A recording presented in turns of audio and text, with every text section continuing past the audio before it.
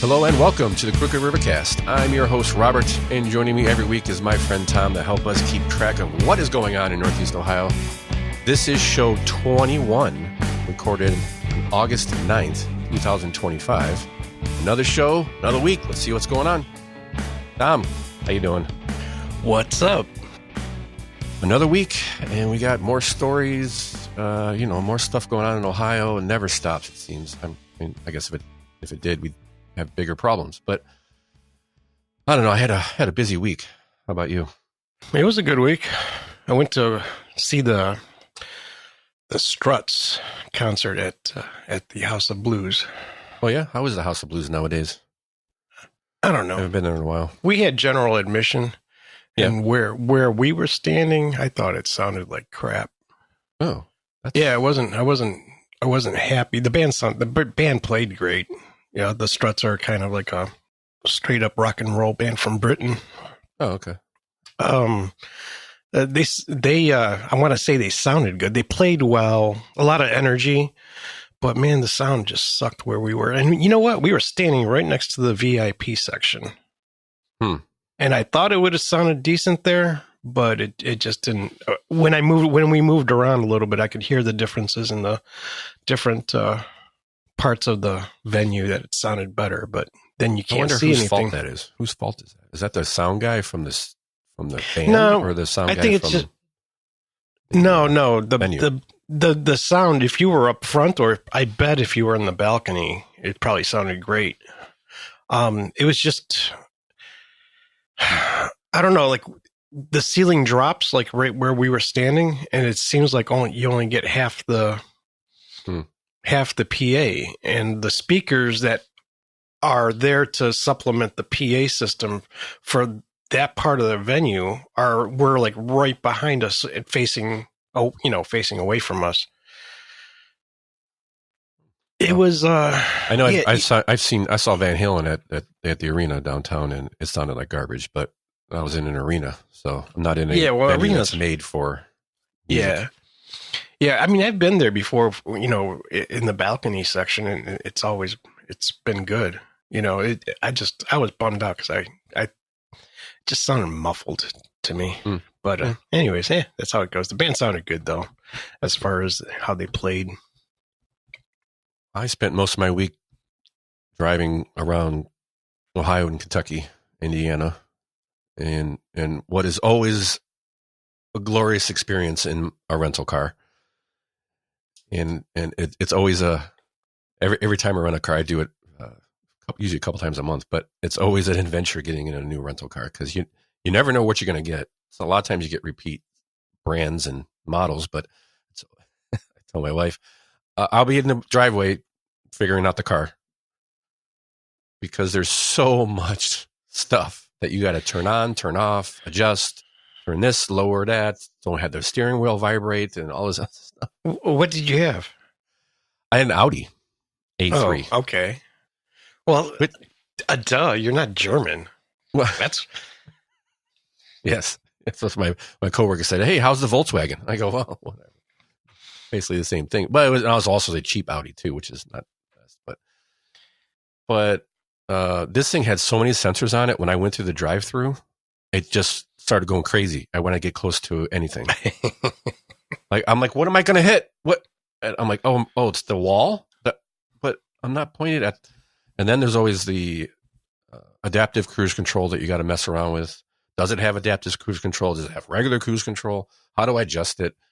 Because that to me is one of the most dangerous things I've ever seen. I don't know if you've ever used it or had the opportunity. The adaptive cruise control. My wife has it in her car. I've used it. My truck doesn't have it. So that's where it'll slow you down if it senses a car in front. Yeah. It keeps you a certain distance from a car in front of you. So I've had a couple occasions where I'm about on the freeway in traffic, and the car has slowed me down because I'm 3 car lengths away from the person in front of me. I'm looking in my rearview mirror. This is one particular instance. I'm looking in my rearview mirror. I see this semi coming, and I'm like, man, he's barreling down. Does he see the traffic is slowing down? And then somebody gets in front of me, and what does the car do? Slams on the brakes. Wow. No, I would have let off the gas and coasted and maybe tapped the brake no, it slammed on the brake. Like it moved me forward in the seat, and I'm going, I'm about to die. Yeah, I don't like any of those things. I'll be honest, man. I don't like any of that. I don't like the sensors on the side mirrors. I don't like the I don't like the only thing I don't mind is like the backup camera. For it's nice on a truck. I like the front bumper sensor or the rear bumper sensors when you're getting close to something. Yeah, those are good. Those are nice, but everything else, man, like the lane changing and all that, where it tries to keep you in the lane.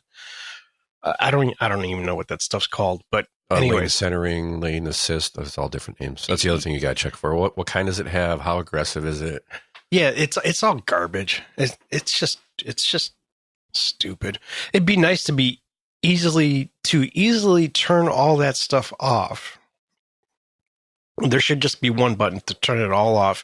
Maybe if you're driving late night and you got a long drive ahead of you at night and you want to turn on the lane assist, so just in case you start to doze off. Yeah. I could tell you when I use it. When I know I'm going to be distracted. You mean with a phone call or something, with a phone call, with a whatever, and then I'm like, wait, is this really safer? Yeah, no, it's not. Yeah, so I like the emergency braking. That's literally saved me from running over a mailbox in my truck. Emergency braking. Yeah, it'll stop you. It'll apply the brake if it looks like you're about to run into something. Oh, yeah. Now, I don't know.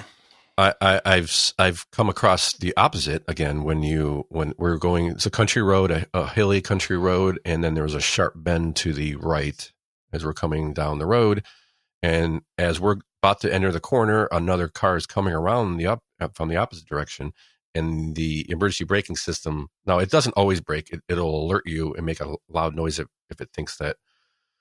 What do they say? If you're on the gas and you're closing in on a car and this and that, it has all these parameters, right? It thought there was a car all of a sudden in front of me because the turn was so sharp and there was a car coming the other way. It was all of a sudden started screaming at me, and I'm like, what the heck? So the whole point of this is some of it is good. I have coworkers that say, oh yeah, I love the self-driving cars. I can open my laptop up while I'm driving on the freeway. I'm like, no. Yeah, that's not the point. No, you can't. It's not that good. It is nowhere near that good. I do like it in some ways, but I think most of it just gets in your way because it's either you're going to go all the way or don't do it at all. Well, I don't like the mirror, like the lights on the mirror on the mirrors on the side, your side mirrors. Yeah, blind side. Yeah, but you know what? It gets people used to looking for a light and not actually looking at their mirror. Yes. And all of a sudden, people don't know how to drive. They don't know how to freaking back up. They don't know how to change lanes. Not that they ever did anyways, but. Just like GPS, they don't know where they're going. No, yeah. I had a great sense of direction. I no longer do. Same here. I used to have to look up the red maps and find my places where I had to go work at people's houses and construction and stuff. Right. And you had a stack of them in your car or truck, for all the different counties and stuff. And you learned. And and a lot of times you didn't even have to look at the book. You know how to get you in the right area and then fine tune from there. And now it's just like, yeah. It makes you lazy, just like most technology does. The dumbification. And speaking of technology, what? Look at that. What? Look at that. Speaking of technology, let's talk about the Intel plant. This is our first story of the day. Excellent. The Intel plant. Yes, the Intel plant. I mean, people are probably going, what's the Intel plant have to do with anything? Well, if not a lot of people know, I'm sure a lot of people do know, but if you don't, they're 3 years ago, they broke ground on a massive chip plant outside of Columbus in New Albany, Ohio. It is east of Columbus by about 45 minutes or so. And they were touted, the promises that were made. $28 billion chip plant was promised. Well, this was a huge Biden thing, right? Huge Biden thing. And that's one of the reasons that pulled me in last week is I was reading this article on the Ohio Press Network.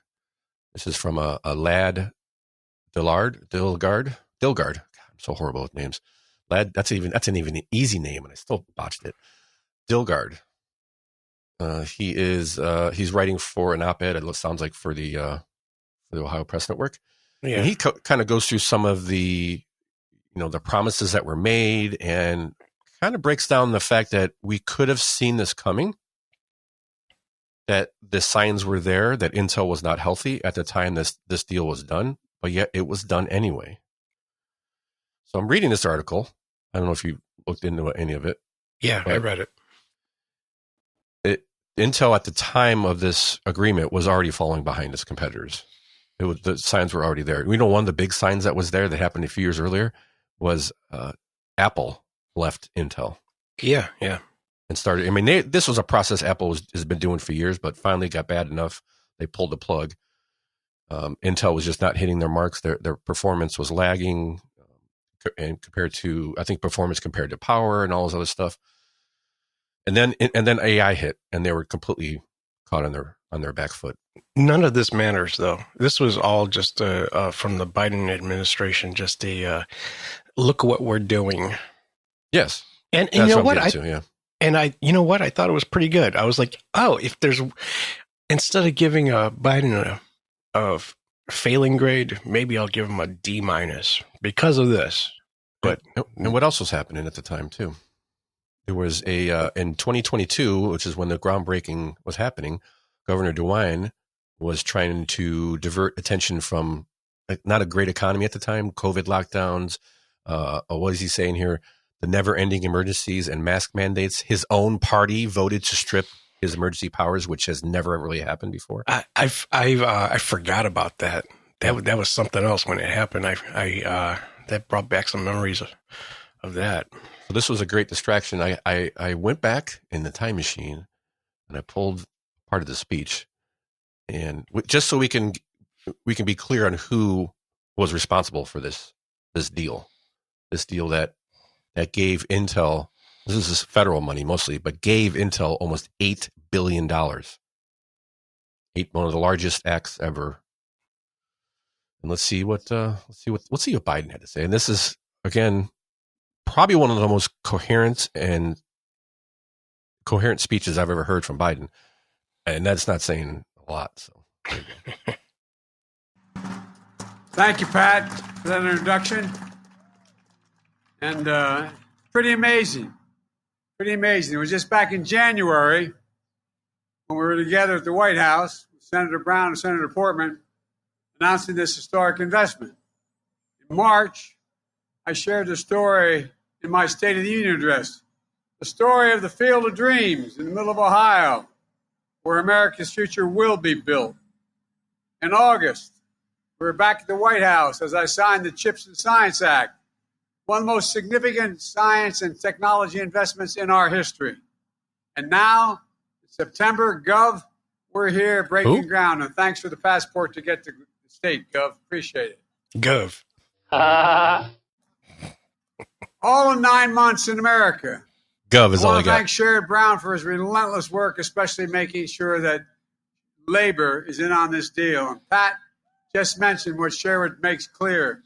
It's time to bury the label Rust Belt. Okay. And call it, as Pat said, the Silicon Heartland. Wait, what? That's what's happening in these 1,000. And call it, as Pat said, the Silicon Heartland. Oh yeah. That's what's happening in these 1,000 acres. Let's hear that again. I want to thank Rob Portman. Is it bad calf care? And call it, as Pat said, bury the label Rust Belt. And call it, as Pat said, the Silicon Heartland. I think I can figure it out. That's what's happening in these 1,000 acres. I want to thank Rob Portman. Oh, Rob Portman. For being the gentleman and decent man that he is, and for showing that Democrats and Republicans can work together to get big things done for our country. I really mean it. Trying to find where he's sitting, but he's a good man. He's in the front row, Joe. Thank you. You're leaving a hell of a legacy as you leave what you're doing as a consequence of you, in large part. Oh my gosh, what a... So, 4 years. Yeah. We had 4 years of that. Sharp as a tack, Tom. Oh, Sharp as a tack. sharp as a tack. So there we had it. We had that. So Rob Portman, you got the Gov, all that, and all I got was thanks, Gov. Thanks. Brother. Yeah. So then the next story. So this is I'm reading this last week, and I'm going, yeah, let's talk about this because this is BS. They were scheduled to be producing chips by now, by a couple months from now. It was on the fast track, right? Yeah. This is the fast tracker, right? Yeah. I think the line that he has in here, and I want to find out because he goes through a lot of stuff. What are we going to do about Intel? What's going to happen? Or can we push back at all?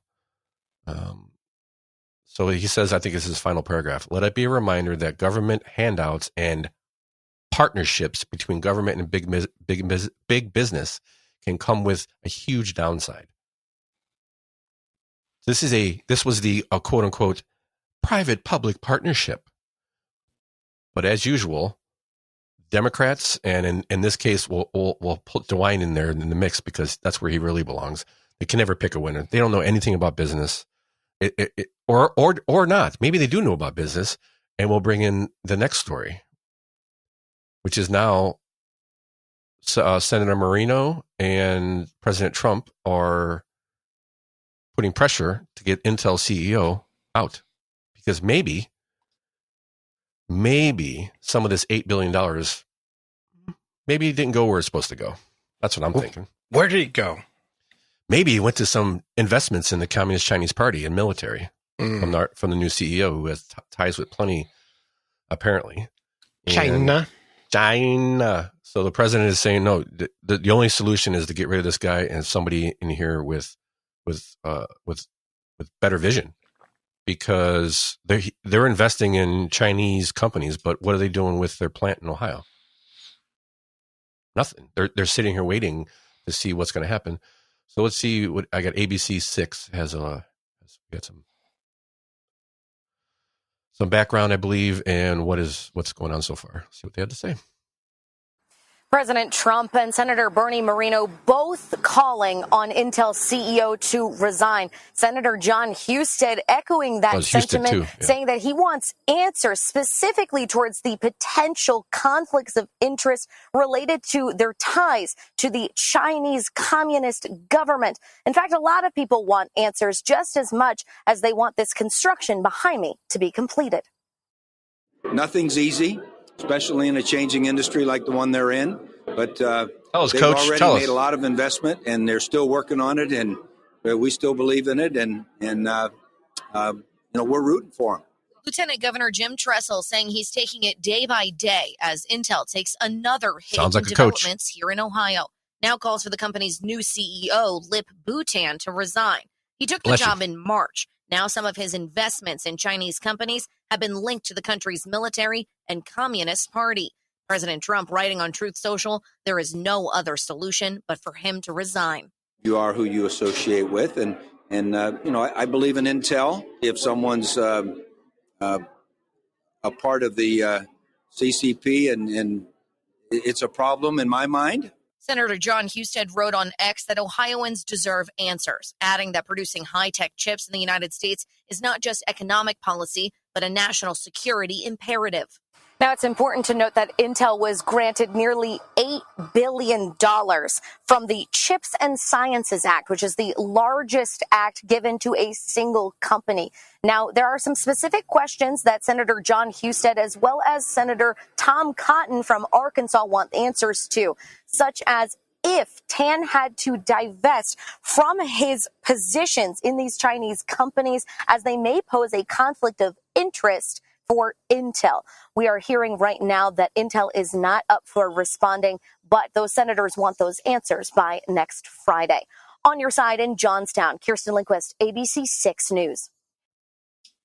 So yeah, we like some answers because people were voluntold basically, a lot of those people, and that 1,000-acre plot of land in Licking County.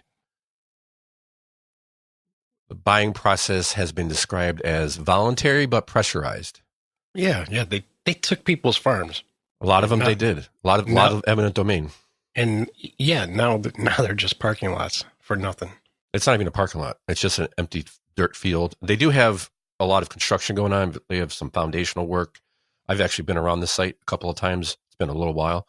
And recently they put up a fence. Now you really can't see, but they're doing infrastructure stuff, power, I think transforming stations, stuff like that. And if you look towers, at water towers, some of the basic, there's some foundational work there. And this is all delayed till 2030 now, and they don't even know if it's going to happen then. Wait. Yeah, let's be clear. The 2030s is what they said. They didn't say by 2030. They said by the 2030s, like sometime between 2030 and 2039. That's what I heard. In some of the reports, they say maybe as soon as 2031, but Intel has said the 2030s. Oh, the Ohio plant is put on hold till 2030. That's the first article. Yes. So, okay. Well, a lot of reports I've heard is that they literally say the 2030s because there's no definite date. So that's concerning because when you're investing, tens of billions of dollars and you don't have a date that when you're getting paid back, that's not a normal thing in business. I mean, I've never dealt with $28 billion, but I would imagine if your investors and your shareholders would like to know when they're going to get repaid on that money that you're putting in this capital project. And there's 10 miles of roads, 200,000 cubic feet of concrete poured, 497,000 feet of underground conduit, 24,500 tons of rebar, 10 miles of roads. That was paid for by the county. Cool, because it's going to be time to redo those by the time they're ready to start. Yeah, exactly. Awesome. I talked to some of these guys down there that live over in that area or have lived around that area. They said to have roads this big we never thought we'd ever see this in this area. And they said it's completely changed the landscape because what's happened is now, again, there's a big dirt field with some work being done, 1,000 acres in this area off this exit. But what's happened around there, dozens and dozens and dozens of huge, massive buildings full of computers. There's an Amazon distributing center over there. There's Amazon services. There's a bunch of Facebook stuff over there. And what is happening is there's over 100 data centers projected for Ohio right now. Probably 3/4 of them are around this area. Well, because of what was going on, right? Right, because Intel announced it and everybody flooded in because you're going to have resources, you're going to have workers. The cities have all invested in STEM education, and the school boards went crazy. Oh, we need new teachers, we need new buildings, and they started passing. They already hired. They hired. They passed levies. They hired people, and now that's all for naught. Yeah, they're just in standby mode now. So what? Nothing had happened yet, but of course they sure did pass the levies and get the money. Well, leave it to the government to waste money, huh? Right. So leave it to Democrats to pick the wrong guy. This is his article, but what he's saying is, typical Democrats who can't pick a business, don't know anything about business mostly. But then I read this reading this article on what Trump and Merano and Husted are saying. Maybe do we have to remind everybody Hunter Biden's relationship with the Chinese government? Him and, if I remember, him and John Kerry's stepson, who had a consulting business. Was it a consulting business? Investment firm. Hunter Biden went to China on Air Force Two with Dad, and within 3 months had him and John Kerry's stepson had the largest private equity deal ever from China, like $1 billion that they were going to be given from the Chinese government to invest in Chinese companies. All they had to do was sign some checks to the big guy. Yeah, 10% to the big guy, baby. It got so, in my opinion, it got so weird that even John Kerry's stepson was like, yeah, this is too dirty for me. He backed out. That's saying something. That's saying a lot, I think. I think that's Heinz Kerry's son. It's his stepson. can't remember his name, but anyway, there are some ties there. It's like you don't go over on your dad's plane in Air Force One and then come back a few months later and get a $1 billion investment promise from the Chinese government from a firm that had just started a couple of years. No. So now we look at it from a completely different set of eyes. Is maybe this is, just maybe they get a plant built, maybe we don't, but what we do get is $8 billion from the CHIPS Act. And we need some answers. And let's hear, would you like to hear from our beloved leader, DeWine? Okay. I think so. Let's see what he has to say. Governor Mike DeWine was in Dayton today. He spoke for a couple of minutes about the president's demand for Intel CEO to step down. In short, he says it's important not to jump to conclusions. Of course. We've got some initial indication of what the facts are. We've not heard any statement from Intel. We've not heard anything from the CEO.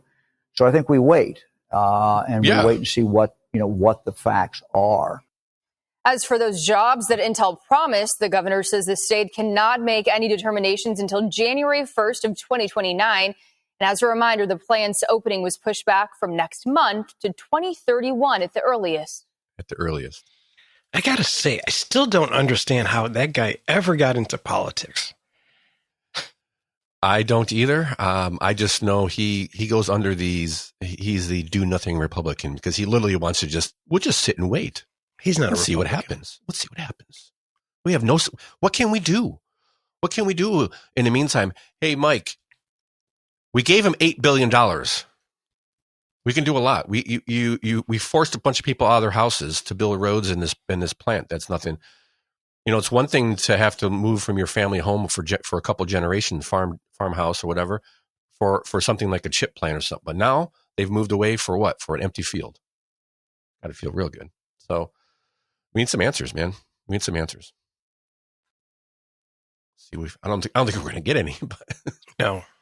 But for example, the CEO in March was under this part of the article under scrutiny for his investments in Chinese companies, some of which are linked to the country's military. Despite beating earnings expectations in the second quarter, Intel has announced several spending cuts, including the cancellation of planned projects in Germany, Poland, and the consolidation of operations in Vietnam and Malaysia. But they're pouring money into Chinese investments. I mean, it's business. I'm not saying I know what's going on. I'm just asking questions. Seems weird.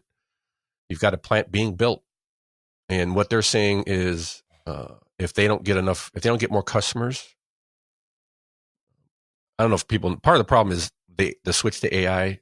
Their chips are not meant. They don't run well with AI models. Blah blah blah. I don't know. And they've mainly gone toward. They were really focusing on selling chips to Apple, to Microsoft, cars, and computer manufacturers though. Yeah. That's what they should focus on. You're not going to catch up in AI unless you buy out some company that's ahead.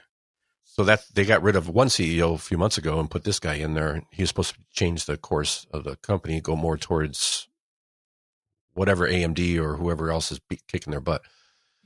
AMD still around? I believe so. It's NVIDIA. NVIDIA is the chip company that is what everybody wants. Those are the chips that everybody wants for their server farms and stuff like that. And Intel is just behind, and it doesn't sound like they've announced another 15% layoffs a couple months ago. 15% they're going to lay off. This is after that. I think they did 10% earlier, about a year before or something like that. So it's not looking good. And then now the president's on them, so it's probably not helping their stock price at all. But hey, no, not at all. Neither is a failing company, so do something about it. Jeez, and their stock price is down to under 20. Yes. Wow. And it's taken a huge hit over the last year or two. Huge hit. Yeah, they're not a healthy company at all. And we gave them $8 billion? Almost $8 billion. Tax dollars. From the CHIPS Act. Yep. Yeah, nice. That was a great investment, Biden. Yes. Great investment, the Rhino. Yeah. All right. they went from seven. I'm sorry. No, you're fine. I just wanted to see their stock price where it went from back in 2021, probably when this was in the works. It went from $70, $68, down to. It went all the way down to 25, and now they're at $19.95. Yeah, just want to. I think it says another 4% in this article since the comments from. Yeah, but even 4%, but it was just because of the controversy. Yeah, but it's only already way down. Yeah, it's been terrible. They missed some earnings. They missed some. They have to hit certain criteria when they're building their chips, and if you don't hit those numbers, and it means you're not progressing. Your chips aren't getting faster, and honestly, their chips have been getting crappier and crappier over the years. Well, yeah. Go back to Apple. Yeah, Apple's M1 was kicking its ass. Still is. It's what everybody's shooting for in the computer market. Right. High power with very low energy, and Intel could never get that down. It's what Apple left mobile or oh crap, who made their chips before them? I can't remember now. It doesn't matter. Apple, yeah. Before they went to Intel, they had it was the same chip they use in like the PlayStation 1. I can't remember the name of the company, but they left theirs for the same reason. The G4 process, G5 process, they couldn't get the heat and power to match, with enough power. Right. So they went to Intel, and then when they switched to Intel, they started developing their own chips, and it took them about 10 years. Mm-hmm. All right. Next story we have.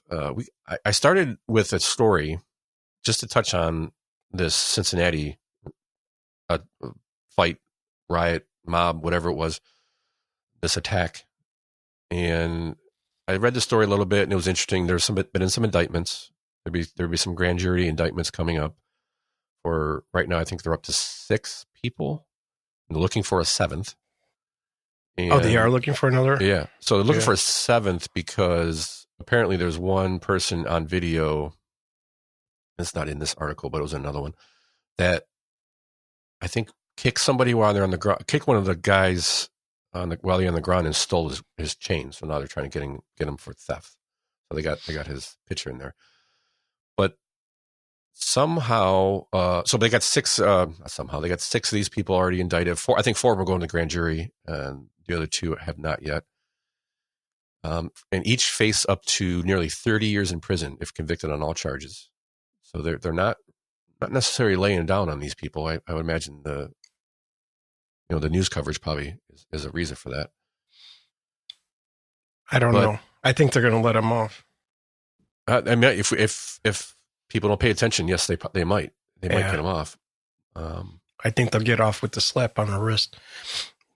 There's a good possibility. I mean, it is Cincinnati, so Hamilton County. You got a police chief that's awful. I don't know anything about their prosecutor down there, but if it's anything like their police chief, what were we talking about? Their police chief is currently getting sued because there's some officers, some white officers that are saying they were discriminated against for promotions and preferred jobs. So there's all that going on down there too. Why is she? What? Everybody's looking at kind of her qualifications to be a police chief. DEI hire. It looks that way to me. I don't know. I don't. Maybe not. There's no maybe to that. I know, but I gotta give him. No. Zero. You just chances have to, of 0. It's very low that it's not, but it's not 0. Okay. She looks like a mom. She looks like a mom that just did a best. And we could talk about the Cleveland's police chief, Cincinnati's. Who knows what? Yeah, they're all a joke. County sheriff. Yeah. Give him a benefit. No, we shouldn't. You're right. No. She's pretty horrible, and it initially came out and blamed the people filming this, and not the people. So again, I was just going to touch on this real quick, and then I ran into this is in this article. Cincinnati is searching for a suspect who says that is accused of robbery. They got a picture of the guy. and he violently attacked somebody and took his gold chain. So I run across this YouTube channel. It's called Approval Ratings by AJ. And I was like, oh, and he's got something on the Cincinnati. Sorry. This just be interesting. What does he have to say? I can only imagine what he'd be saying. Who's at fault here, and where's the? It kind of surprised me. So he's going through and breaking down some of the coverage of this attack and fight. And what stirred my attention was some of the family members that they started interviewing. Let's hear what AJ has to say here. So he's going through, and there's some news reports, and he's commenting on news reports, and then the news is interviewing mom, and then there's a couple of cousins, and start going over some of these people. Well, let's hear, because it starts off. You'll get right to the point. Here you go. Here's what Montana's Merriweather's mother had to say outside of court. These Russians was walking down the street, and on the video, he said, "You want to mess with these Russians?" And he smacked the first guy, But it wasn't like they thugs. My child is in school. He had 5 kids. He's on the B honor roll in school. What? And he's not the thug that they put out in there to be. What honor roll? Guilty. What honor roll? Did you hear what honor roll she said? B honor roll? Yeah, the B honor roll. But he's not a thug, Tom. I'm not on the A honor roll. I'm on the B honor roll. Well, he had 5 kids. 5 kids. He's on the B honor roll in school. The B honor roll. And he's not the thug that they put out in there to be. Wait, no, hold on. Here's AJ. No, let's rewind it back, and we're gonna see what the reporter just said about this person's son. Just said. Prosecutors say Merriweather was the catalyst in what they call coordinated attack. He was seen on video whispering to the victim just before the violence began. He was already out on bond for a separate gun and stolen property case. So this cat was already out on bond for guns and stealing stuff. And you heard the prosecutor just said that he's the catalyst for the whole situation. Now, I don't know if that means that he was a catalyst for the whole beatdown situation, or he was a catalyst for the entire incident. Like, he started it from the beginning. I know the Russian did what he did. If the person's Russian, I don't know if the person's Russian, but we're going to call him Russian for now because everybody's saying that he's Russian. I know that he's the one that, first put his hands on somebody, but it's still unclear who started the entire thing, how this thing, materialized. The mother said that these Russians were, walking down the street, saying, I'm Russian. Do you want to mess with a Russian? I don't know if that's true or not. I know a lot of people saying that. I haven't seen it on video yet. Let me know in the comments if you've seen that on video where, these guys were walking around saying, I'm Russian. Because it looked like one other dude was trying to break up the whole thing. The guy that was with him. I don't know if he was with him or not, but I'm going to assume that he was with him because he got beat with him, right?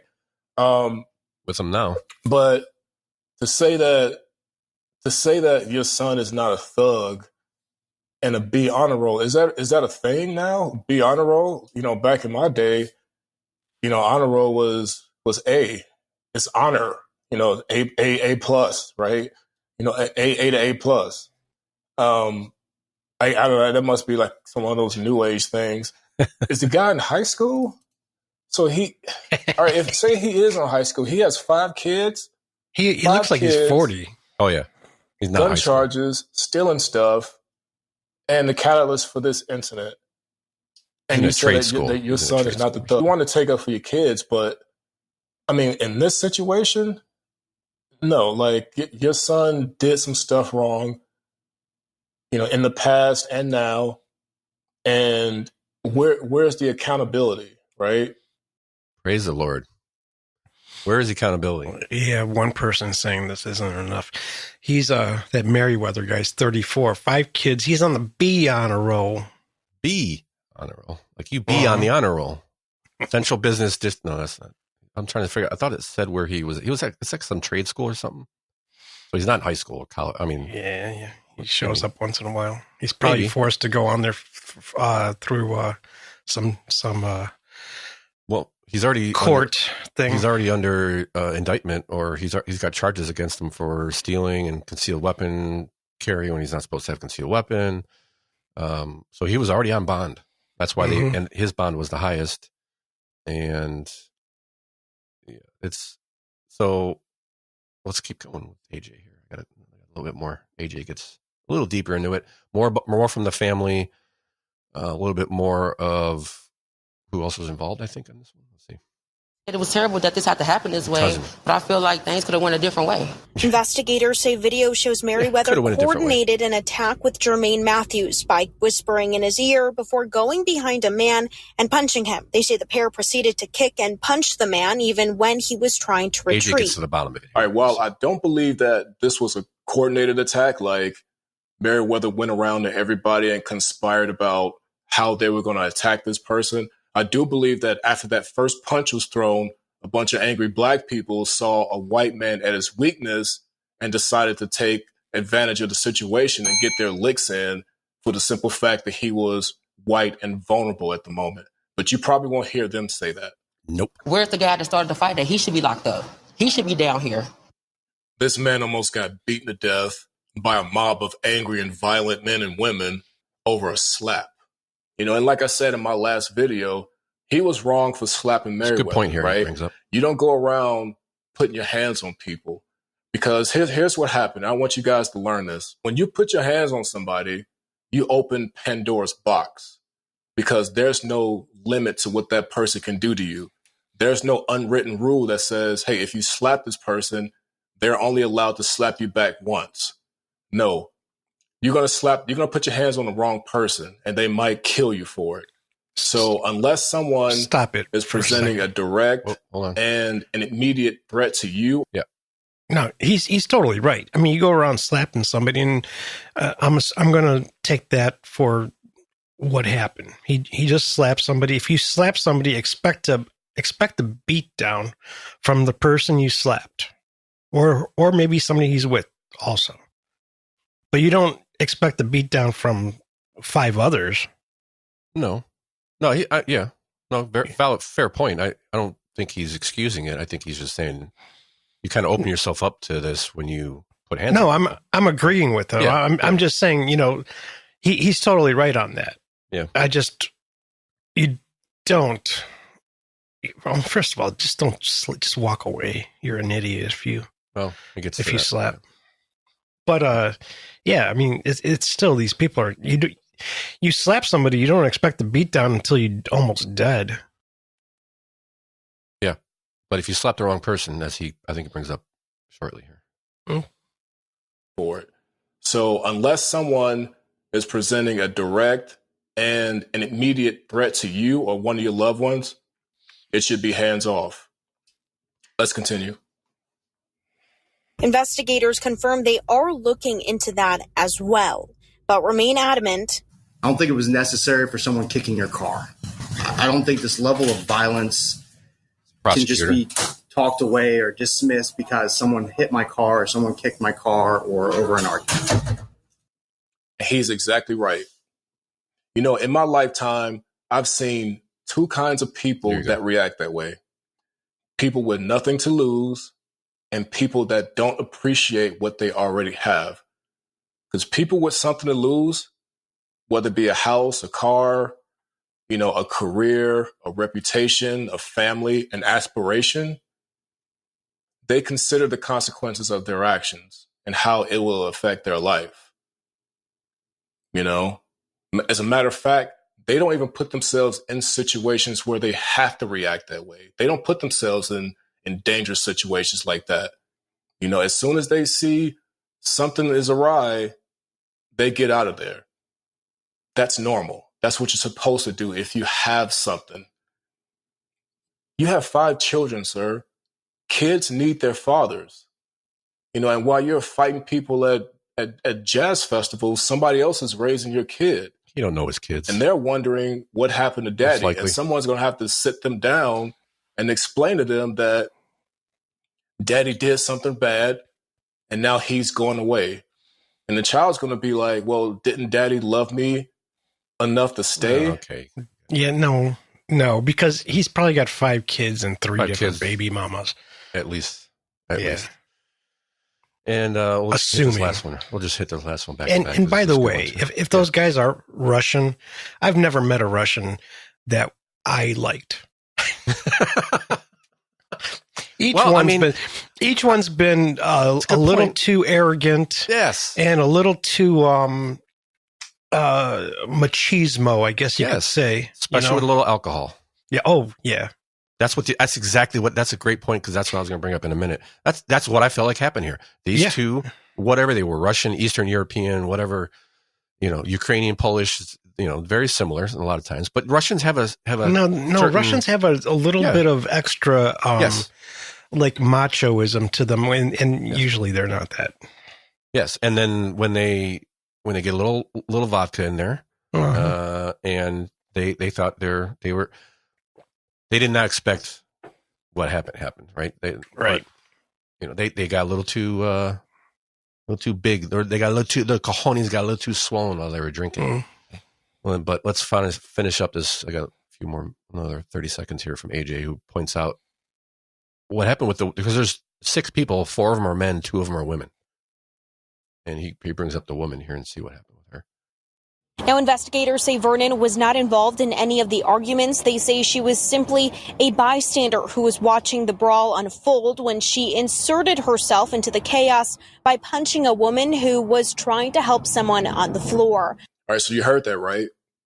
She wasn't even part of the argument, but she inserted herself into the situation. And I'm going to tell you why. Probably because they were white and outnumbered. And she decided to take advantage of the situation and express her hate for white people by hitting them, by attacking them. And to attack somebody that was helping another person on the ground injured. That's such a cowardly act. And this woman that got punched and knocked out was waiting for an Uber and decided to come, which I'm like scratching my head going, what? No, I need to talk to my wife. If you're waiting for an Uber and you see somebody get knocked out, run the other direction. I'm sorry. Yeah.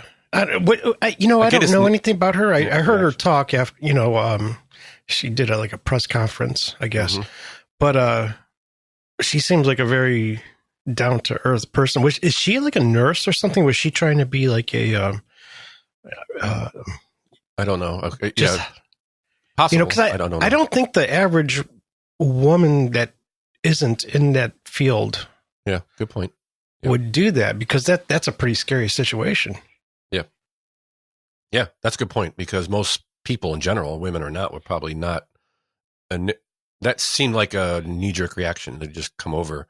I mean, they're wailing on people all over the place while she goes over there. If I remember correctly, I haven't watched the whole video in a while, but that. Yeah, you might be somebody who's a little more used to the chaos and kind of just reacted instinctually, which is what a nurse or somebody in the medical field probably would do in a lot of cases. Yeah. Go over and help somebody because that's what they do. But still, I don't know. You got to read the room, man.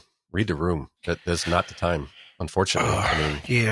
That was stuff was still popping off. I think when that was happening. So. You just called 911 and.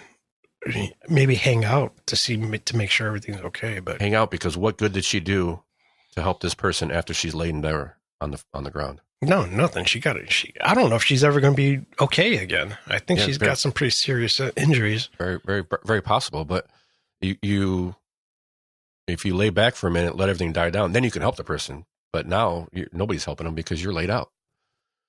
So again, I'm not trying to knock her. I'm just situational awareness is probably the biggest thing that people can do to keep themselves out of trouble, and learning how to read the situation correctly. And it's hard when you're never in those situations, but it's vital a lot of times to keep yourself out of trouble. It's a horrible thing. But so this guy already had a record. So he doesn't seem like a very, very good person. And she's not very smart, because she's just sitting around there, waiting for an opportunity to go punch somebody, which is all not smart things to do, people. So, but as you heard, Mom and cousins, nothing's his fault. He's a good person. Can't figure out how he got in this situation by having a family that doesn't hold each other accountable for anything. Maybe, I don't know. Well, a lot of times. My favorite was somebody went and stuck up a robbed a convenience store, and the person working convenience store shot him, and the parents started blaming the person that shot their son. Oh yes, I did hear what. That was a couple of years ago. I'd have to look it up again, but it was like, really, come on, you're at gunpoint. Oh, it wasn't the convenience store owner. It was a customer. Okay. They put the guy was robbing the store, and he shot, pointing a gun at the person behind the counter, and somebody in the store, a good citizen, shot him and put him down. And the mother was trying to say what a good son she had, and blaming and plumbing. Yeah, it was just crazy. Of course. You see that more and more. There's I don't know. I tend to dig maybe too deep into some of these things, but if you've been brought up your whole life with almost no consequences, when you get in these situations, like he's saying, you don't think there's anything to lose, let alone if you have it or not, because you're everything's going to be fine. They're always playing. I'm going to slap on their wrist. That community always. I think it's just maybe instinctual, just to blame the other, play victim. I don't know if that's. Yes, you've also been told for generations that nothing's your fault, everything's everybody else's fault. Mostly, everything's the white people's fault. So maybe that's where she got some of her anger, was from constantly being told over and over again that you can't amount to anything because somebody's holding you back. I don't know. Could be. So hope everybody gets what they deserve. And even these Russian guys or whatever they are, I could see them getting a slap on the wrist at least. Well, they didn't deserve that beatdown, but they're idiots. Yeah, they're idiots. And that's a valid point to this. What he's been saying is like, I don't know. These guys they're no saints or anything, but this is ridiculous. Especially the woman knocking out the other woman. Mm-hmm. So we'll keep an eye on that. I don't know how much more there will be of that, but I'm sure if we get any good clips like that, we can always bring them up. And like you said, this is. I got a clip I'll bring up next week. Yeah, I got to find that again. This is Cincinnati, but take this to Columbus, take this to Akron, take this to Cleveland, and so on, and you're going to get similar situation. Probably a similar thing happened because all these cities are run the same way. On to the next story, I guess, is the backers for the Ohio anti-discrimination amendment have decided to go ahead and split it into two bills. I mean, they decided because they were told this is the only way it's going to get through, and they decided not to fight it.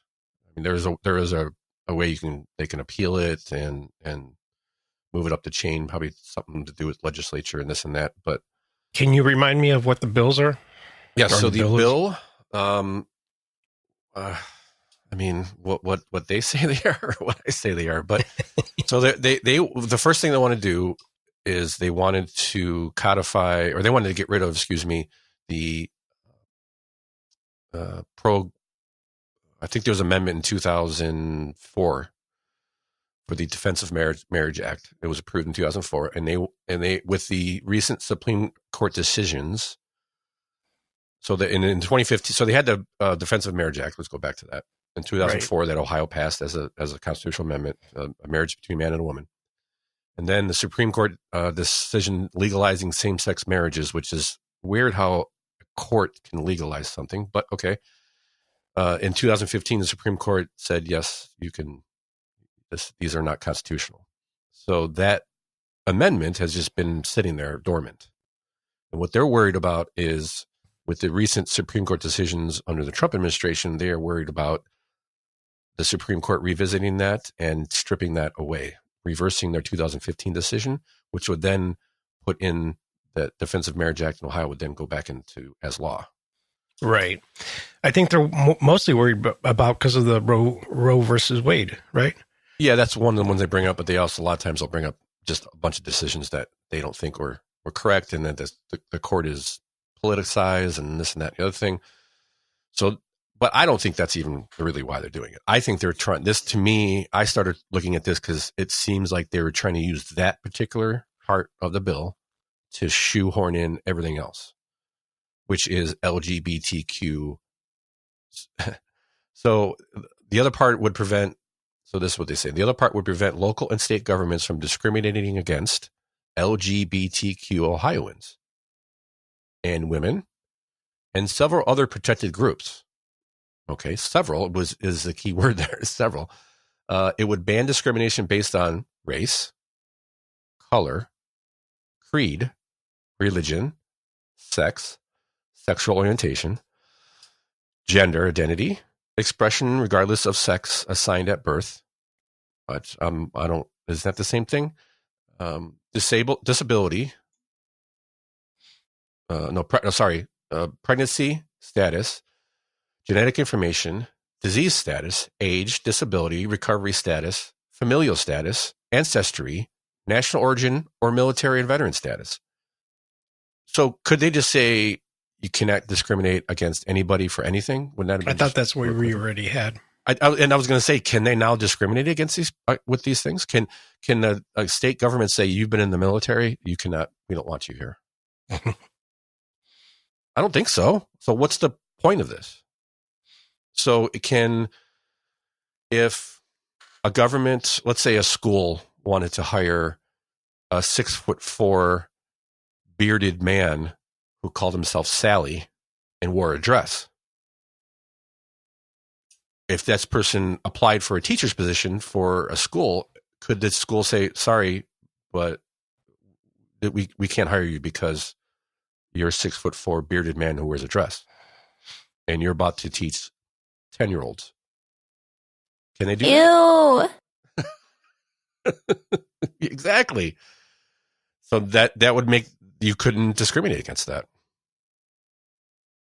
Is that discriminating against, or is that just going, hey, maybe the 6'4" bearded guy wearing a dress should not be teaching 10-year-olds?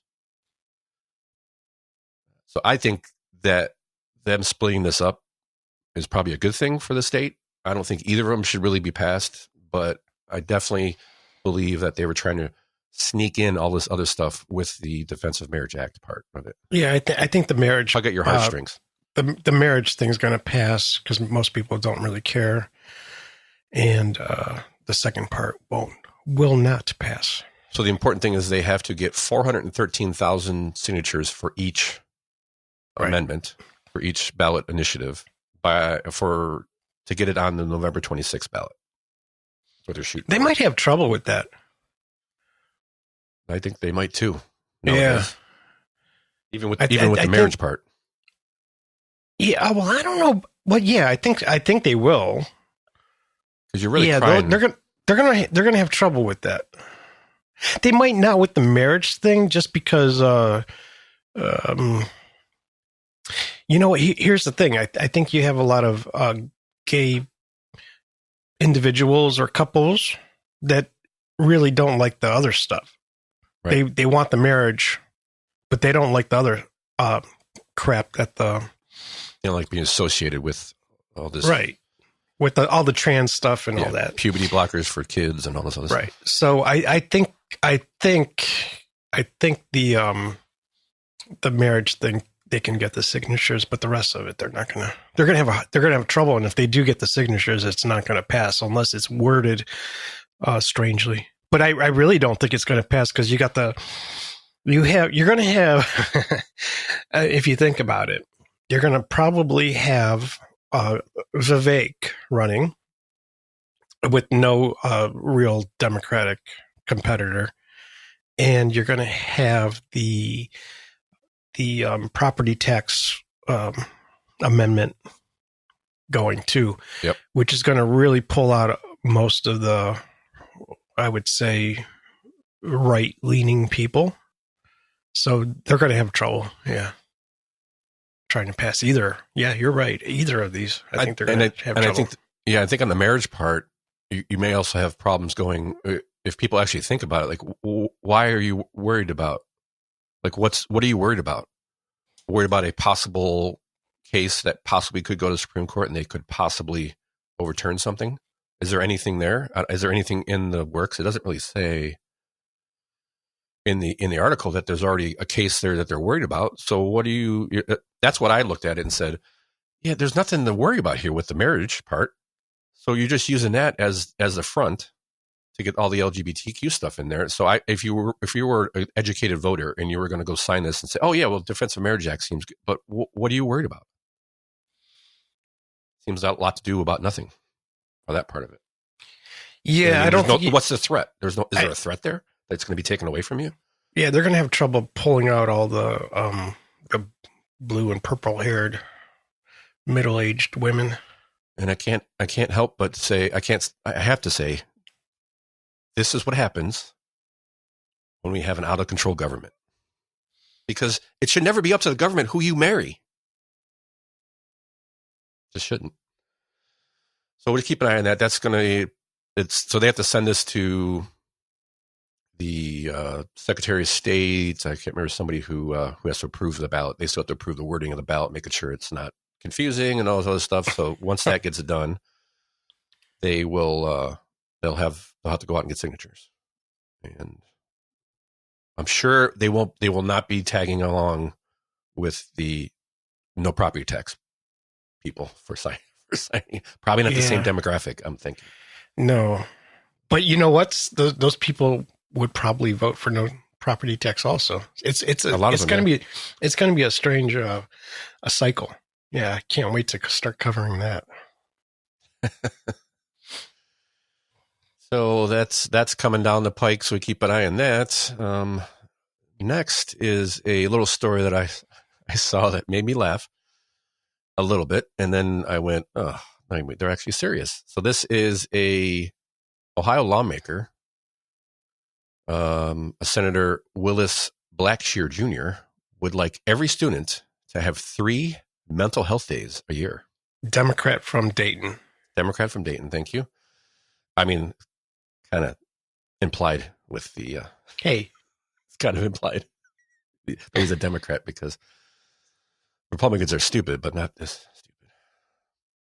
Yeah, this is hilarious. So I thought we could listen to WKYC and have their explanation of it, because it's only a minute or so. So I thought it was because he has Willis in here, and I thought there were some interesting little quotes. People are like, yeah, this is good. There you go. We are just about a week away from the start of the new school year here in Central Ohio. And while some kids need books and pens for, of course, the homework, they also need tools to help them with their mental health. An Ohio lawmaker says he's determined to introduce a bill this year that would give every student 3 mental health days. 10 TV reporter Kevin Landers is live in the studio to explain. Kevin? Well, under the proposal, schools would not be mandated to provide mental health days. It would be an option. The reason is not every school has mental health counselors. The idea was introduced last year, but never got a vote. It faced opposition by those who felt the move would add to the problem of chronic absenteeism. State Senator Willis Blackshear Jr. says his bill solves that problem by making mental health days excused absences. Oh, it solves it. He says kids need to know that it's okay not to be okay. Besides being reactive, this is something that we need to be proactive on. And address head on, because what we don't want to see happen is that kids continue to go through some of their struggles and they're not being addressed. But then we see it in test scores, we see it in their attitudes, we see it in different ways, and then we're wondering why they're acting like this or why they're performing like this. Such an interesting message, Kevin. It's okay to not be okay. So what will guarantee that a child who elects to take a mental health day will actually get that help they need? Yeah, that ultimately will decide, ultimately be up to the parent. And the senator says if the child decides they want to take a mental health day, it now puts school counselors on notice to pay closer attention to that student so they can intervene quickly in the future. There are guardrails to this bill. A child could not use a mental health day, for example, to avoid a test. Absolutely. Why not? Well, definitely a topic to discuss further, it sounds like, for sure. Yeah, I think this is a question I think a lot of parents want to make sure that their kid is taken care of at school. All right, Kevin, thank you so much. I actually worried about my kids getting educated at school. I can take care of them. And wait a minute. What do you mean I can't use this to... What is worse for a kid's mental health than test day? So the bill defines a mental health day as a school day during which a student attends to the student's emotional and physiological well-being in lieu of attending school. Raising pussies. 101. So I get paying attention to your kids' mental health. That makes sense. It's something it's a little foreign to us, you and I, but it is something, I mean, why not, right? I mean, you're paying attention to everything else. You should have a good idea of your kids' mental health, right? You want to make sure. Yeah, but that's something in the home. Exactly. Nothing, my point. Yes. So if I feel my kid is having some issues mentally, I will excuse him from school. Mm-hmm. You don't need to know about it. If I want to tell you about it, I will, so that the counselor can watch them while they're at school. But no. This is lame. This is just raising pussies. Mm-hmm. This is just going to raise that person that can't make it to work because I don't know, he slept into, I don't know. It makes any excuse to take a day off from work. Creating awful employees. Sorry. What? Well, just creating awful employees that'll think of an excuse for anything to take a day off from work. I don't know. Yeah, but Tom, what you don't understand is in Ohio, 1 in 3 students reporting challenges with anxiety. Oh, okay. I had no anxiety in high school or junior high. None at all. None of us did. Or right now. or 5 minutes ago. Yeah, that it kind of it makes me think of like the everyone gets a trophy thing. Yes. So here's a good one. Let's see if we can maybe figure this one out. The number of high school age kids with major depressive episodes has nearly doubled over the past decade. What happened about halfway through that decade? Can you say COVID? Yeah. I forget about that sometimes because, like, I sometimes, if I'm talking to like a teenager, and by the time you're a teenager, you can have a conversation, but when they're not able to, it makes me think back to like 2020 when they were dealing with masking and not being able to read people's. You need facial expressions to understand what somebody's saying sometimes. Yes, it does definitely helps when it does help with context and all kinds of stuff. And breathing in, rebreathing all the crap that you breathe out was always good for the kids. Low oxygen levels, not interacting with their peers, sitting at home over an iPad, all this other stuff. I mean, there's all these things. I get I'm all for paying attention to your kids' mental health. It makes perfect sense. You don't need another day. All you got to do is tell you, my kid's not feeling well, and you get an excused day off. Why do you need a special day? Yeah, that's just silly.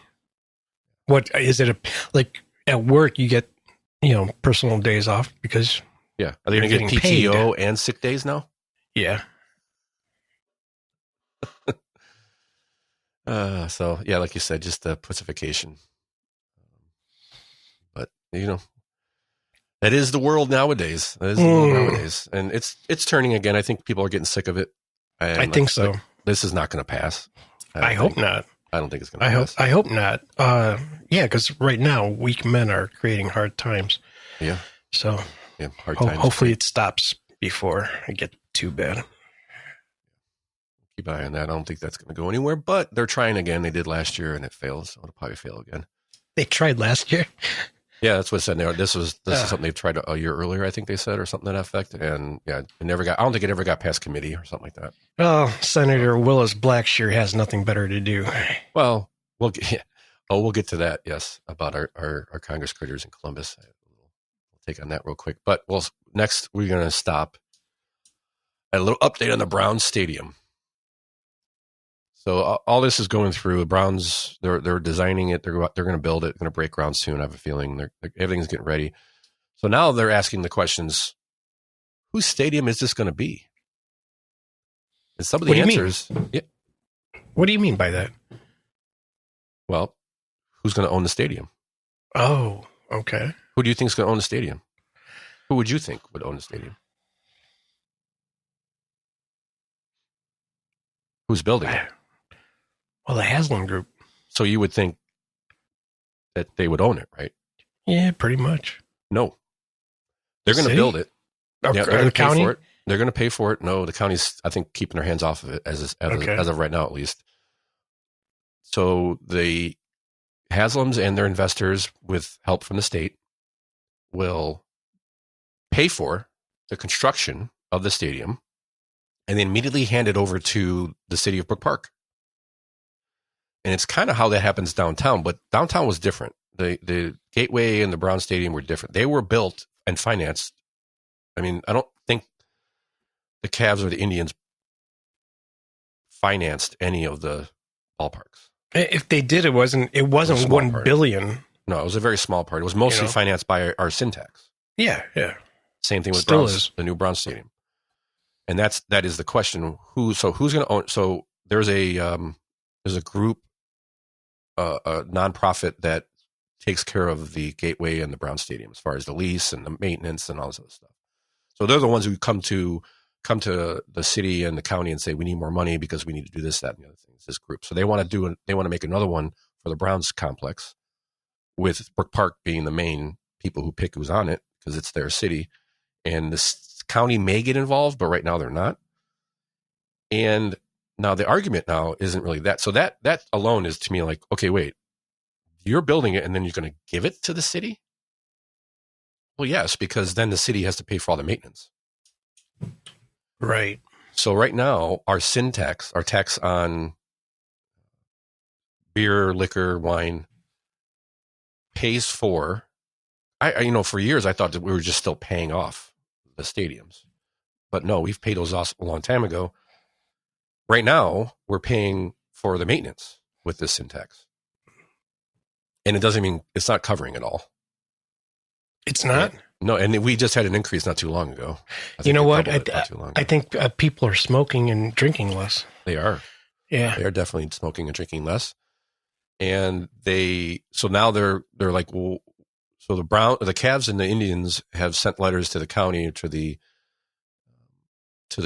owners group at this, and saying, look, we got to do something about this because this doesn't add up.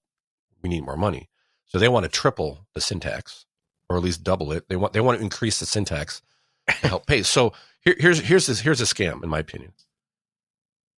The Haslams build this thing, they give it to the city, and then for the next 30 or 50 years, the city has to now pay for maintenance on it. Now there are, depending on the lease, for example, I think Gateway lease is they pay for annual rent payments and fund capital repairs and maintenance expenditures, anything under $500,000.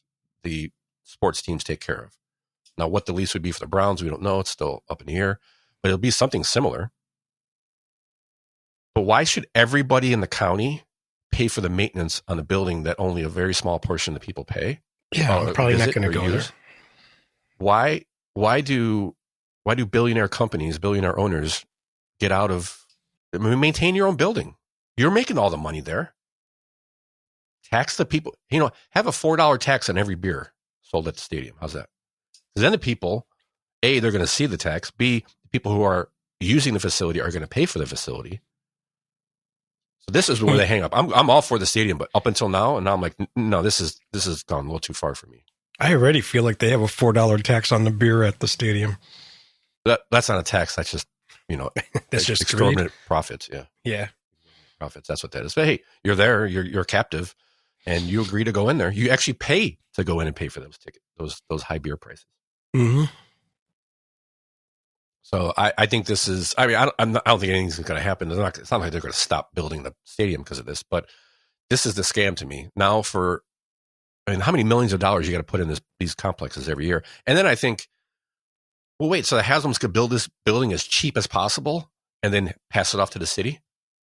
Now you have this piece, I'm not saying that would be, but you could possibly have a piece of crap on your hands that now you have to maintain for the next 50 years. Because let's cut corners here because we don't have to worry about maintenance. I don't know. No, it's legitimate. It's a possibility. It's so they collected $13 million, just over $13 million from 2024 sin tax. 1/3 of that went to the city of Cleveland to benefit the Browns. The other 2/3 went to the Gateway facilities, Progressive Field and Rocket Arena. Per the Ohio Revised Code, the sin tax can only be used to fund capital related items. All payments are made on behalf of the capital repair expenditures or debt services related to those expenditures. So what is this article? I guess.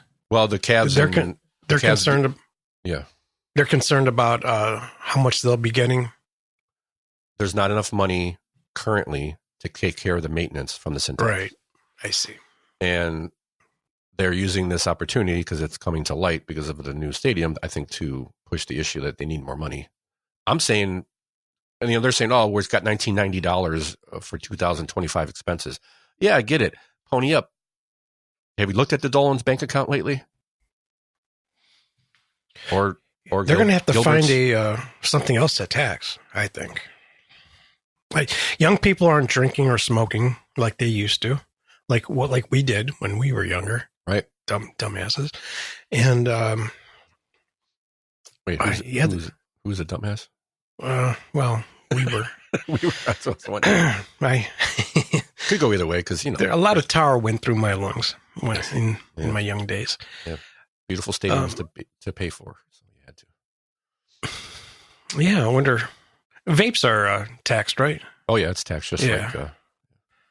They're going to have to find something else, I think. No, or how can they just raise it if people aren't using it like they used to? At least I know people still drink beer and wine and whatever, but it's not like it used to be. I think it's like it's a $3 tax for every bottle of liquor. It's $1.50 per bottle of beer, or 50 cents or something. They had it in the report, and okay, but it's considerable. It's not, you're talking. You got a $35 bottle of liquor, and you're paying 10% tax on that, roughly. This is going to be tough. This is going to be hard. I think it needs to be revamped because it needs to be spread out. This is especially for the Brown Stadium. This is a regional complex. This is going to be used from all over the state. So it really should be spread out a little more. And it's going to be more than just the football games. Right. That's what I mean. It's going to be a regional facility that everybody from the region can use and have people come from. So I think something needs to be revamped, and they got to think of something differently, like maybe tax something else, or again, maybe the people making all the money from these facilities should maybe put in a little bit more. Maybe we split the difference. How's that? They don't even spend the money on the teams, let alone there you go. That's what I get people complaining all the time about the Dolans and how little they spend on the team, on the payroll, comparatively speaking. And like we talked through when they're talking about the name change and all this stuff, when Trump was talking about it, they've had an increase in ticket sales since that's happened. So it's not like it's going down. It's either staying where it's at or going up. But I still think it's a lot to do with what type of tickets they're selling. Yeah. What do you mean? Yeah. Well, I mean, you got a lot more cheaper tickets now at the Indians. I mean, there's not like people aren't going into games. I'm just what I'm saying. So I think they're making plenty of money, and they can pony up a little bit more because, I mean, it's their toy team. That they're playing you're with, the main right? reason. Yeah, sorry, you're the main reason that we have this building. Yeah, that's true. But that won't happen. No, I don't think so. They're just going to increase. They're going to triple the sin tax. I have a feeling. I'll have to let's start going to Lake County for my liquor. I got to start brewing my own. Yeah. Isn't there laws against that? I heard. Shh. All right, let's. We're running long today. But that's okay. I wanted to get to this because I wanted to just, as we talked about, mental health and more government and the sin tax, and they went this and then that, and then I was hate listening, Tom. I admit it. I was hate listening. And I thought we can maybe cover a little bit of our friends at Today in Ohio were talking about the prop bets. Oh. And how concerned they were about the prop bets. That's why I was like, really? Like, this is a story? They're not concerned. Oh, they are. Listen, you'll see what they're concerned about, Tom. We are starting with a true head scratcher on Wednesday on Today in Ohio, the news podcast discussion from Cleveland.com and the Plain Dealer. I'm Chris Quinn here with Courtney Astolfi, Laura Johnston, and Lisa Garvin, and Lisa gets the head scratcher. Almost everyone who cares about the integrity of professional sports is worried about how prop bets, the ability to gamble on such minor things like single pitches, might destroy the games. We're seeing evidence of that going on. 2 Guardians pitchers are under investigation. Mike DeWine wants to ban those prop bets because he's worried about the integrity of sports.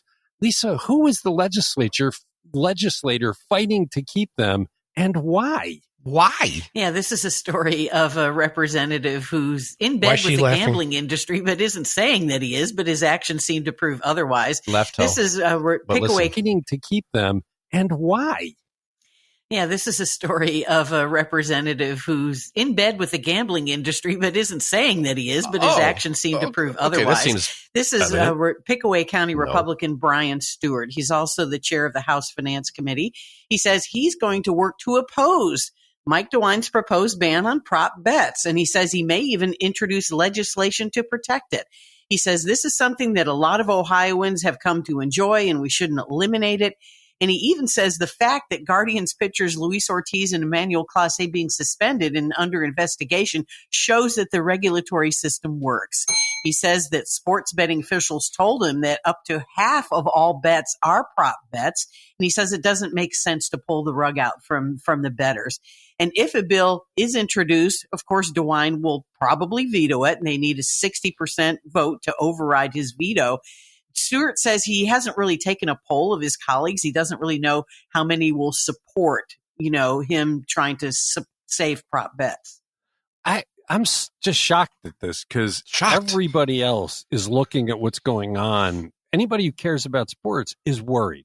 The ability of a single player to spin the whole bet is dangerous. It'll cause fans to say, well, I can't believe the results, and they're going to lose fans. Too late. The sports business is under threat, and you've seen one person after another say, look, just get rid of them.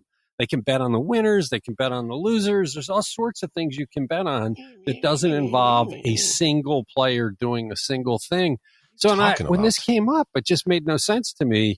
And his explanation that people enjoy them, yeah, okay, but people enjoy lots of different gambling. This is having very serious, ugly effects.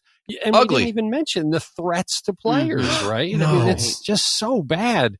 I don't get it, and I can't wait to hear what his colleagues say. It seems like you're right. The sports betting industry needs a champion to protect their gigantic profits. This is a legislature that will not tax them appropriately, despite Mike DeWine pushing for it. So I cannot see any argument in favor of this. This will not cripple sports betting in Ohio if you can't have not in the least. Yeah. Not in the least. Only half the Ted bets. Dieden wrote a great column about how dangerous this is and how baseball in particular is on the brink. On the right brink now, if they don't get it under control like they did a century ago.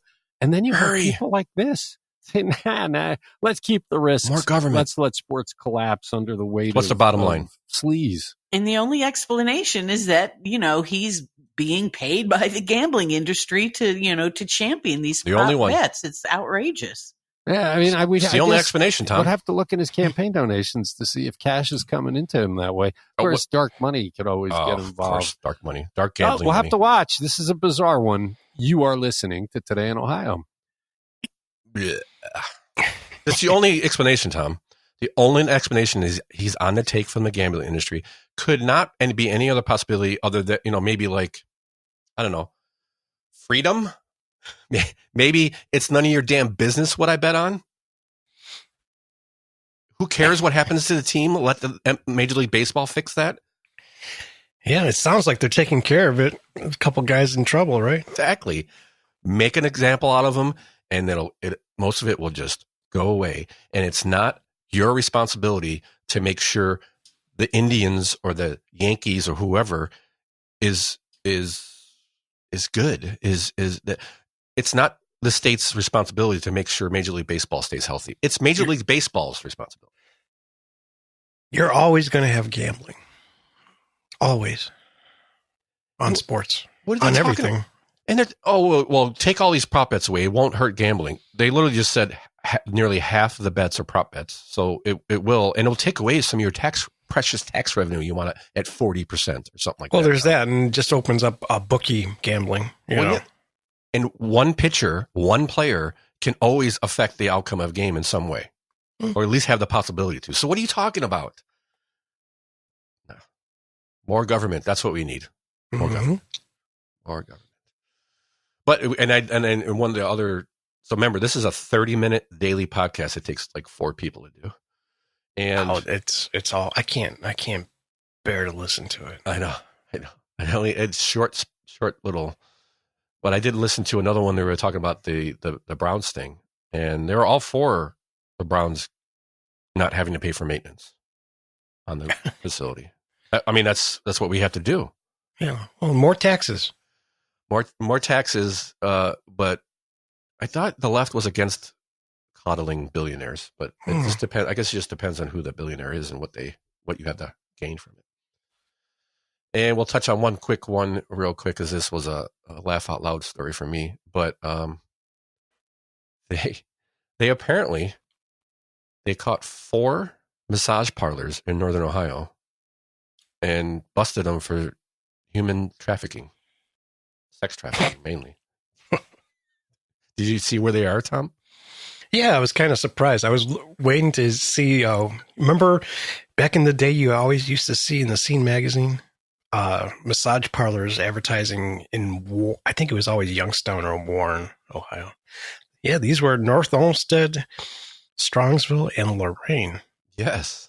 All the places where you get lots of disposable income, I think. Yeah. I mean, easy access. Yes. Yeah. It's not. My thought was, really? They still do these things? I mean, it's never going to go away. Yeah, it's like that's why I said it's like a natural progression. I'm sure. Well, it's been around for decades. This whole the massage parlor thing, the happy ending thing. Yes, exactly. Come on, it's been around for. I mean, this is the oldest profession ever. They're just doing it in plain sight, it's always been around. And they're saying human trafficking. And when I first read it, I saw you save the story, and I was like, oh man, did they have some underage girls there? Or they don't really go into much detail. They don't say anything. This is a virtue signal.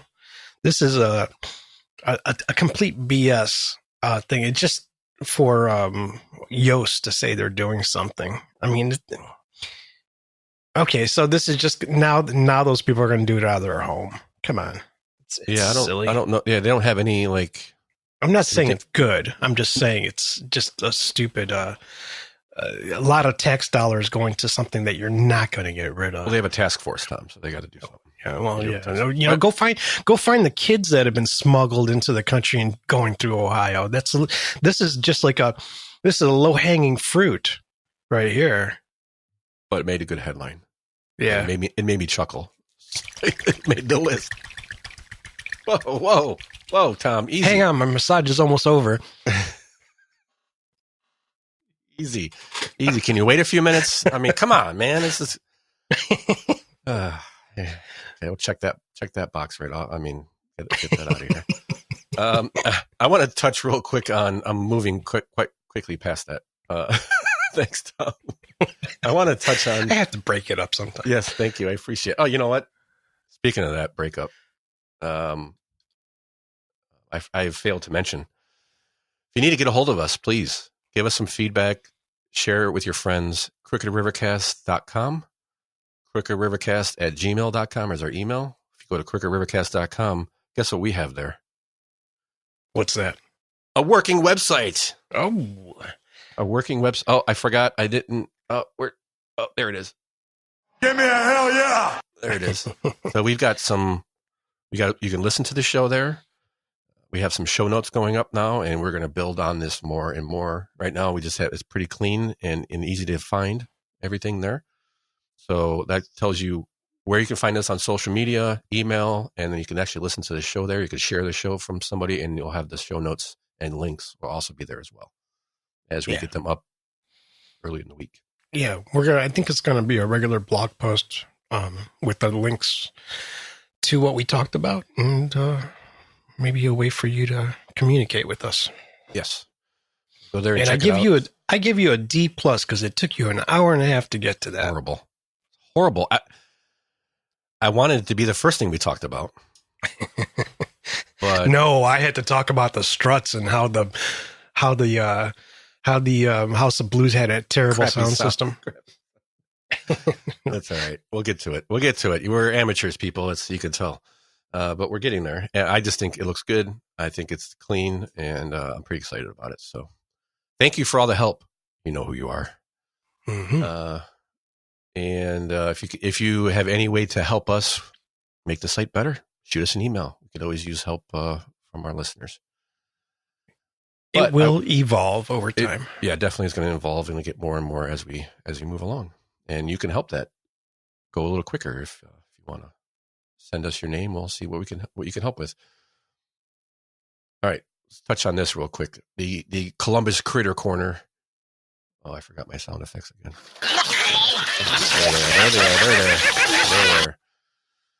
There they are. So I decided to pull up a Legiscan again. I haven't been there in a little while. And I pulled a couple quick bills, the bills. And one of them, it's already taking effect. We'll talk on. But what I wanted to bring up was what kind of shocked me. I went to the bottom of the first page for Ohio, where it has all these bills. Here's what's the most popular bills, what's the most monitored bills, so on and so forth. And below that, they have a chart with all of the bills. So currently, for the 25-26 136th General Assembly in Ohio, they have introduced 1,086 bills into the legislature and completed 412 already. What are these bills, you say? You're saying that we talk about the mental health days, how this guy has nothing better to do. Well, here's some of the bills. Maybe we're going to start right here. There's mostly stuff like they want to change the name of this highway. They want to prohibit members from the General Assembly from receiving free or discounted tickets to sporting events, which is not a bad thing. Revised code will allow village to contract with the county prosecutor for legal services. What I saw was a lot of we're changing the name of this, we're changing the name of that. But 1,000 bills already introduced in the legislature, and 412 of them. Yeah, 1,000 bills. That's what I was saying. 2025, 2026, they've already introduced 1,086 bills into the county and passed 412 bills. One of them that was passed was I didn't even pull my. I don't have any links here. I don't have a link for my Ohio. Oh, so they have the Ohio Innocence Act, takes effect on September 29th. So we're going to do some live Googling here. Ohio.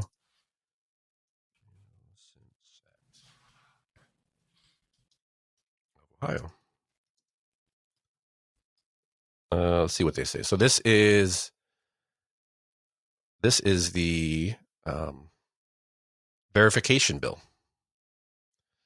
So starting on September 29th, speaking of happy endings, Tom, you will now have to prove your age to get onto an adult website. Oh, okay. That takes effect. That takes effect on the 29th. And all the VPNs in the market just cheered because there are easy ways around this. I get what they're trying to do. But the one clip I didn't pull, which I wish I would have, was one of the people sponsoring this said, "Well, if you're worried about your privacy, just don't go there." Oh, that burns me for some reason. Well, this is like I understand what they're trying to do. I think what they're trying to do is in good faith, but this is just a slippery slope to more bigger government, because now other countries are actually banning VPNs. Mm-hmm. For similar reasons. Similar reasons, yeah. I just, when I heard that, that's kind of like, well, if you don't like if you don't like the Patriot Act, just don't do anything wrong. Oh, thanks for letting me know that. Like, at what point does what constitutes an adult website? That was the first thing that popped in my head. Yeah, I guess so. But that is enacting. So you will see if you didn't get to the massage parlor because they closed them down, and you still needed a happy ending, you may be delayed. So give yourself some time. You may have to upload your driver's license, but they're going to delete it. Don't worry, right away. Yeah, okay. Because when you're the most trustworthy sites are the adult sites now. I've heard some states are actually doing you could send a picture of yourself right away instead of a driver's license. Yeah, and that's just going to be easy way for anybody to get around that. I mean, just hey, Dad, can I take a picture of you real quick? Exactly. That's not or AI can. Here's a picture of me. Draw me 10 years older. True. Yeah. And nowadays the drawings are getting pretty realistic. So I got 12 more states have adopted similar legislation. I don't want. Yeah, it's okay. So more government, I guess. More government. The other one, which I again won't go anywhere, but it is Bill 236. Is that what I have down there? Pull this one up because it is basically a Suicide Self-Defense Act. What? Yes, Suicide Self-Defense Act. Let me pull up. What do you slap yourself? Yes. So it creates a registry, a volunteer registry for guns. Oh God! Again, this is not going anywhere. It's like 6 Democrats sponsoring it, not one Republican. Oh, okay. Never mind. It's not going anywhere, and it's not a big deal. Other than this is why elections matter. Republicans suck, but the Republicans aren't trying to take away your guns yet. But they just slow it down. They slow it down. I don't know how much they actually do. So this would actually, what this would do is, if you thought you were mentally ill, you could call up the county and say, put me on a red flag list so that I cannot buy a firearm. Do you just put every Democrat on the list automatically? I don't know. That's the other thing that's unclear to me. I couldn't really get down to is who can put you on the list. Because could we put I don't think we could. Maybe some of them. But I think actually you have to do it yourself. You're Democrat and you have blue hair and you're 50 years old female. Do you think any of the Democrats who are anti-gun would put themselves on that list? Probably not. So this is, again, it's not going anywhere, but this is what would come into play, or way worse. I think this is just their virtue signaling. But elections matter, and protecting your rights and keeping the right people in office is where this comes into play. This is just a virtue signal from those 6. But it tells you where their mind is at. Like, they want any way they can to try to shoehorn in gun registry.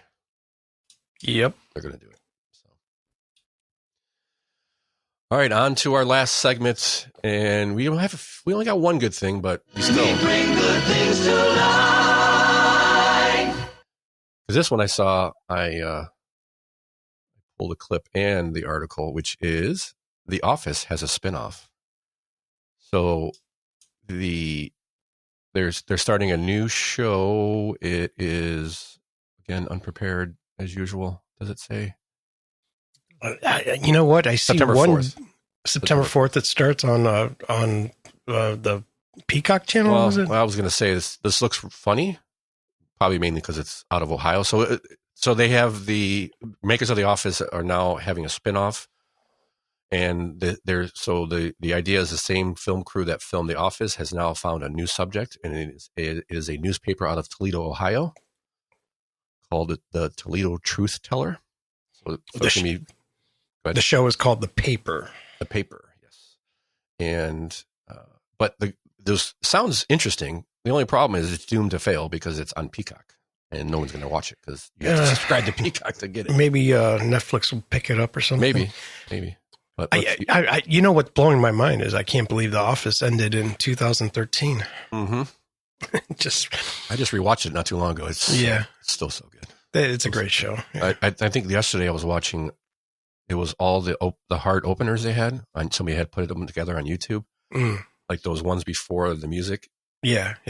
And the one I saw, it was Michael Scott's 15-year anniversary, and they're in the room trying to plan the party.